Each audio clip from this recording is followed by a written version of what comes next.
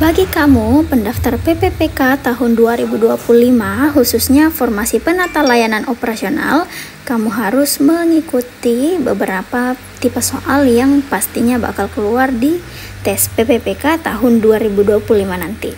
Oke teman-teman, mari kita lanjut ke soal nomor 11 dulu ya.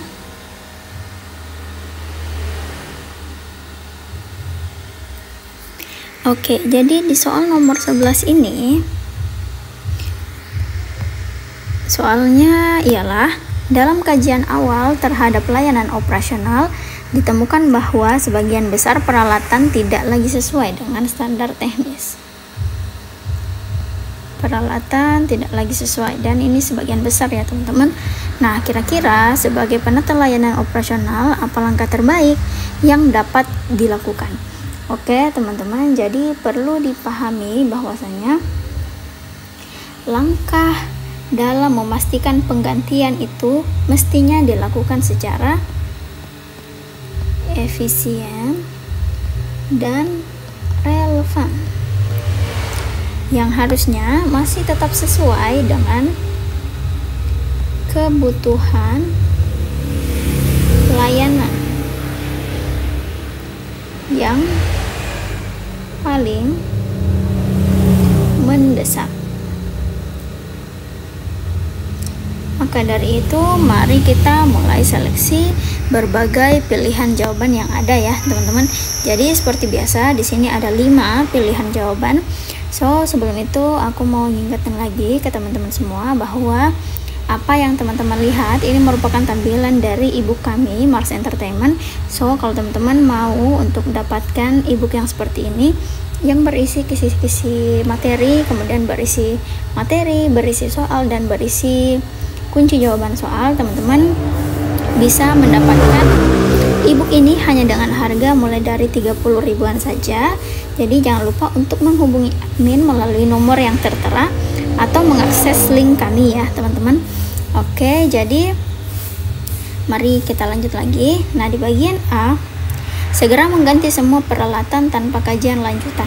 Nah, ini enggak ya teman-teman, karena kita perlu mengecek alat-alat apa saja yang tidak lagi sesuai dengan standar teknis, sehingga kita perlu mengkaji atau mengobservasi kembali kira-kira peralatan mana saja yang perlu untuk diganti agar lebih efisien dan juga relevan, serta disesuaikan dengan kebutuhan layanan yang paling mendesak.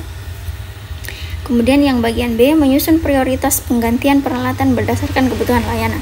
Nah, ini yang aku maksud ya teman-teman. Jadi kita itu perlu membuat daftar untuk menyusun prioritas kira-kira alat mana saja nih yang perlu kita ganti berdasarkan dengan kebutuhan layanan yang akan dilaksanakan, sehingga pilihan jawaban B ini bisa kita tandai sebagai jawaban yang benar. Oke, kita lanjut dulu di bagian C, menggunakan peralatan seadanya sambil menunggu anggaran baru. Nah, ini tidak juga ya teman-teman, karena menggunakan peralatan seadanya yang sudah tidak sesuai dengan standar teknis itu dapat mengurangi kualitas dari layanan, sehingga kita perlu untuk kembali ke opsi B teman-teman ya. Kemudian yang bagian D, meminjam peralatan dari instansi lain tanpa mengevaluasi kebutuhan.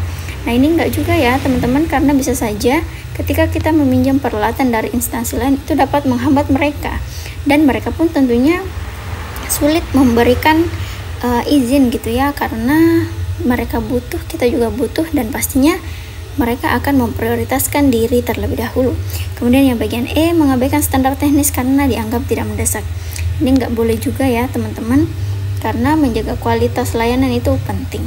Oke, sehingga berdasarkan seleksi jawaban yang sudah sama-sama kita bahas, pilihan jawaban yang paling tepat ada pada bagian B, yaitu menyusun prioritas penggantian peralatan berdasarkan kebutuhan layanan. Oke teman-teman, mari kita lanjut ke soal berikutnya.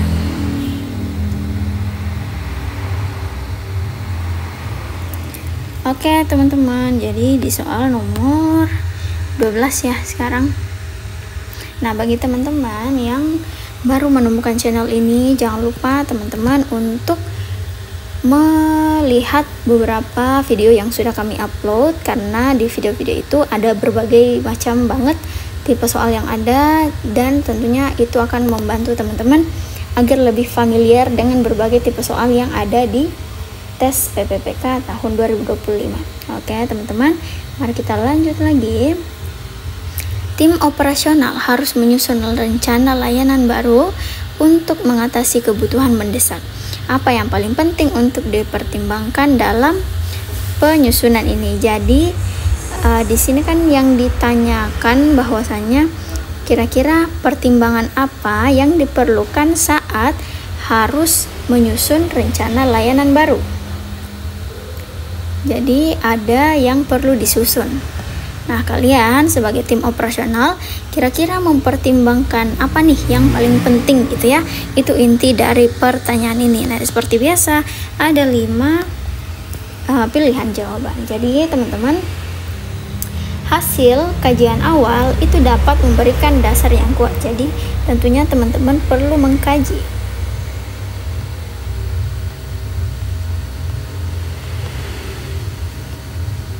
agar teman-teman mendapatkan dasar yang kuat untuk membuat keputusan yang tepat dalam penyusunan rencana layanan. Jadi mari kita mulai cek jawabannya satu persatu. Oke, jadi di sini di bagian A, menyusun waktu penyusunan yang paling cepat. Nah, ini enggak ya teman-teman, karena tentu yang kita cari, yang kita butuhkan memang dapat diselesaikan secara cepat, namun kita perlu memperhatikan kualitas penyusunan layanan tersebut, sehingga menjadikan ini pertimbangan yang penting itu terlalu kurang ya teman-teman, karena yang ditanyakan ialah apa yang paling penting dipertimbangkan, sedangkan waktu itu dapat menjadi opsi kesekian aja. Kemudian di bagian B, hasil kajian awal terhadap kebutuhan layanan. Ya, jadi memang kita perlu mengkaji dulu seperti apa layanan yang akan dibuat agar kita mempunyai dasar yang kuat teman-teman. Jadi ketika kita sudah mempunyai dasar yang kuat, tentu perlahan-lahan kita berusaha untuk mencari seperti apa cara yang bisa dilakukan agar waktu yang digunakan itu menjadi lebih efisien. Jadi ini memang termasuk, tapi untuk menjadi opsi yang paling penting itu enggak dulu ya teman-teman. Kemudian di bagian C, pendapat pribadi dari kepala tim tanpa data pendukung. Ini enggak juga ya teman-teman, karena namanya juga tim, berarti harus bekerja sama. Kepala tim itu bisa memberikan masukan, tapi disertai juga dengan data pendukung agar rencana layanan baru ini mempunyai dasar yang kuat, atau rencana layanan baru ini itu jauh lebih efektif dan efisien gitu ya teman-teman. Kemudian ketersediaan sumber daya tanpa memperhatikan tujuan. Nah, ini enggak juga ya. Nah, ini sebenarnya masuk di kajian awal. Jadi kita perlu untuk melist gitu ya, sumber daya apa saja yang digunakan yang tentunya sesuai dengan tujuan yang ada di sini, sehingga rencana layanan baru ini itu jauh lebih maksimal. Kemudian mengutamakan efisiensi biaya tanpa memperhatikan dampak kualitas. Nah, ini enggak juga ya teman-teman, karena kualitas itu setidaknya harus seimbang dari biaya, atau setidaknya kualitasnya bagus tapi biayanya kurang, itu jauh lebih bagus. Jadi dari semua pilihan jawaban yang ada, jawaban yang paling tepat itu ada pada bagian B. Jadi kayak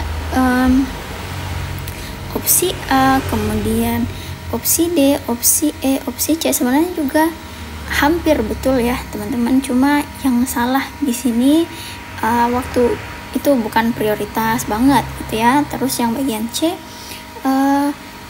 kepala tim itu perlu memberikan saran, tapi mestinya disertai dengan data pendukung. Kemudian ketersediaan sumber daya memang penting, tapi perlu diperhatikan juga tujuannya. Kemudian di bagian E, biaya ini mestinya sesuai dengan kualitas yang didapatkan, atau setidaknya kualitas ini lebih bagus dan biaya yang dikeluarkan itu jauh lebih terjangkau, kayak gitu ya teman-teman. Jadi di sini dikatakan bahwa seorang petugas menemukan kendala teknis saat melakukan layanan operasional yang menyebabkan keterlambatan. Apa tindakan yang paling tepat di tengah proses pelaksanaan? Nah, jadi seperti ini ya teman-teman, sekiranya soal prediksi yang akan muncul di tes PPPK tahun 2025 nanti. Jadi inti dari pertanyaan ini ialah, sebagai seorang penata layanan operasional, apa yang kalian lakukan di tengah proses pelaksanaan ketika terjadi kendala teknis yang menyebabkan keterlambatan. Nah, di sini ada 5 pilihan jawaban ya, teman-teman. Nah, jadi mari kita mulai seleksi saja ya pilihan jawabannya. Oke, teman-teman. Jadi yang pertama, menghentikan layanan dan melaporkan kendala tanpa solusi. Nah, ini enggak ya, teman-teman, karena yang ditanyakan di sini ialah apa tindakan yang perlu dilakukan. Berarti kita membutuhkan solusi untuk menyelesaikan kendala teknis yang menyebabkan keterlambatan ini nih, teman-teman. Sehingga kata tanpa solusi itu sangat tidak tepat, sehingga pilihan A itu tidak bisa menjadi pilihan jawaban yang benar. Oke. Lanjut ke bagian B. Mencari solusi sementara sambil terus melaksanakan layanan. Ya, ini benar ya, teman-teman, karena memang kita perlu untuk mencari solusi dari masalah yang ada, tapi tetap meneruskan pelayanan karena kita sementara melaksanakan pelayanan tersebut. Jadi kita tidak boleh menghentikan proses pelaksanaan pelayanan ini, dan kita mesti harus mencari terus solusi untuk menangani masalah ini ya, teman-teman. Jadi langkah yang ada di bagian B ini untuk memastikan bahwa operasional itu tetap berjalan sambil mencari solusi terhadap kendala teknis. Pendekatan ini efisien karena tidak menghentikan layanan yang sedang dilaksanakan. Oke. Nah, di bagian C, membiarkan kendala hingga evaluasi di akhir program. Ini enggak juga ya, teman-teman, karena kita perlu untuk melakukan tindakan segera di tengah proses pelaksanaan untuk menyelesaikan masalah yang ada. Jadi jangan membiarkan kendala ini terus-menerus terjadi hingga akhir dan mengevaluasinya pas terakhir, itu enggak ya, teman-teman. Jadi semestinya layanan itu tetap terus berjalan, kemudian sementara berjalan kita terus mencari solusi, kemudian setelah proses layanan ini berakhir, maka kita melakukan evaluasi kira-kira seperti apa dan apa yang perlu diperbaiki dari proses pelaksanaan program ini. Kayak gitu ya, teman-teman. Oke, lanjut lagi di bagian D, mengalihkan tanggung jawab kepada pihak lain. Nah, ini enggak menyelesaikan masalah juga ya, teman-teman. Nah, pihak lain yang dimaksud ini belum tentu tahu dengan seperti apa pelaksanaan dari layanan tersebut, kemudian kayak gimana kronologi dari kendala teknisnya, sehingga ketika kita hanya mengalihkan seperti ini, itu justru akan memperumit gitu ya. Kemudian, dan ini juga ya, teman-teman, menunjukkan sikap tidak profesionalisme. Karena seharusnya kita yang bertanggung jawab, tetapi mengalihkan tanggung jawab tersebut kepada orang lain. Kemudian yang bagian E, memaksa tim melanjutkan layanan tanpa solusi. Ini enggak juga ya, teman-teman, karena kita mestinya harus segera mencari solusi meskipun pelayanan tersebut tetap diteruskan, gitu teman-teman. Sehingga pilihan jawaban yang tepat ada pada bagian B, yaitu mencari solusi sementara sambil terus melaksanakan layanan. Jadi teman-teman, yang teman-teman lihat ini merupakan tampilan dari ebook Mars Entertainment. Teman-teman bisa banget mendapatkan ebook ini mulai dari harga 30 ribuan aja. So, teman-teman silakan hubungi nomor admin yang sudah tertera di layar atau mengakses link yang sudah kami cantumkan juga di layar ini. Oke, teman-teman, mari kita lanjut ke soal berikutnya ya.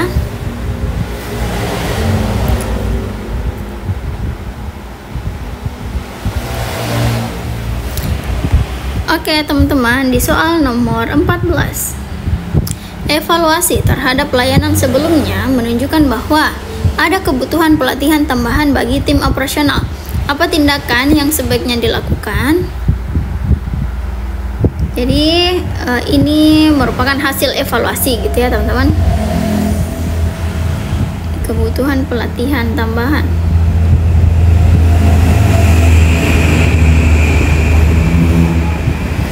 Jadi inti dari pertanyaan ini ialah tindakan apa yang sebaiknya dilakukan.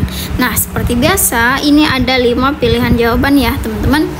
Nah, oke, langsung kita seleksi aja ya pilihan jawabannya. Yang pertama, mengabaikan hasil evaluasi karena tidak mendesak. Ini nggak boleh juga ya, teman-teman. Jadi hasil dari evaluasi itu perlu untuk ditinjau kembali apakah hal tersebut benar-benar dibutuhkan atau perlu diperbaiki dan lain-lain. Misalnya kondisi yang seperti ini, evaluasi sebelumnya menyatakan bahwa adanya kebutuhan pelatihan tambahan bagi tim operasional.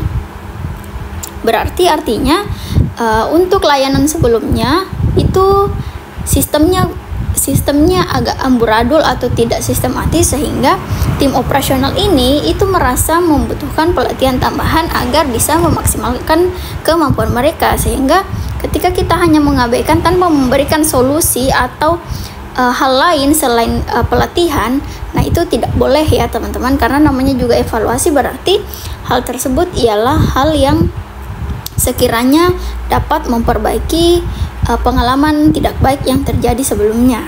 Kemudian lanjut lagi di bagian B, yaitu mengadakan pelatihan intensif sebelum program berikutnya dimulai. Jadi di bagian B ini pelatihan tambahan yang dimaksud di sini itu dapat membantu meningkatkan kompetensi tim, sehingga tim operasional berikutnya itu tentunya diharapkan dapat berjalan dengan lebih baik ya, teman-teman. Sehingga bagian B ini dapat menjadi pilihan yang tepat, karena artinya seorang penata layanan operasional itu meng-ACC istilahnya ya, meng-ACC penambahan pelatihan yang akan diberikan bagi tim operasional agar kompetensinya menjadi lebih baik, kayak gitu. Kemudian di bagian C, mengurangi tanggung jawab tim untuk menghindari kesalahan. Nah, ini juga menunjukkan sikap yang tidak profesional ya, teman-teman. Karena melakukan hal yang tidak tepat, melakukan hal yang kurang, sehingga tanggung jawabnya perlu dikurangi lagi untuk menghindari kesalahan. Nah, itu nggak betul ya, teman-teman. Justru kita harus mengupgrade diri, bukan mendowngrade diri, kayak gitu. Kemudian yang bagian D, membuat manual kerja tanpa pelatihan. Nah, ini enggak juga ya, teman-teman. Kemudian bagian E, menunda pelaksanaan program hingga pelatihan selesai. Jadi kalau ini sebenarnya tidak sepenuhnya salah ya, teman-teman, tapi memberikan pelatihan tambahan dan tetap sesuai dengan waktu yang sudah ditentukan untuk melaksanakan program itu juga perlu diperhatikan ya, teman-teman. Sehingga bagian E ini kata-katanya kurang tepat aja sih, teman-teman, dan tidak boleh juga. Jadi pelatihan tetap dilakukan, pelatihan secara intensif dilakukan, kemudian tetap harus sesuai dengan tanggal yang akan dilaksanakannya program selanjutnya. Jadi program tidak terundur, kemudian pelatihan juga tetap terlaksana,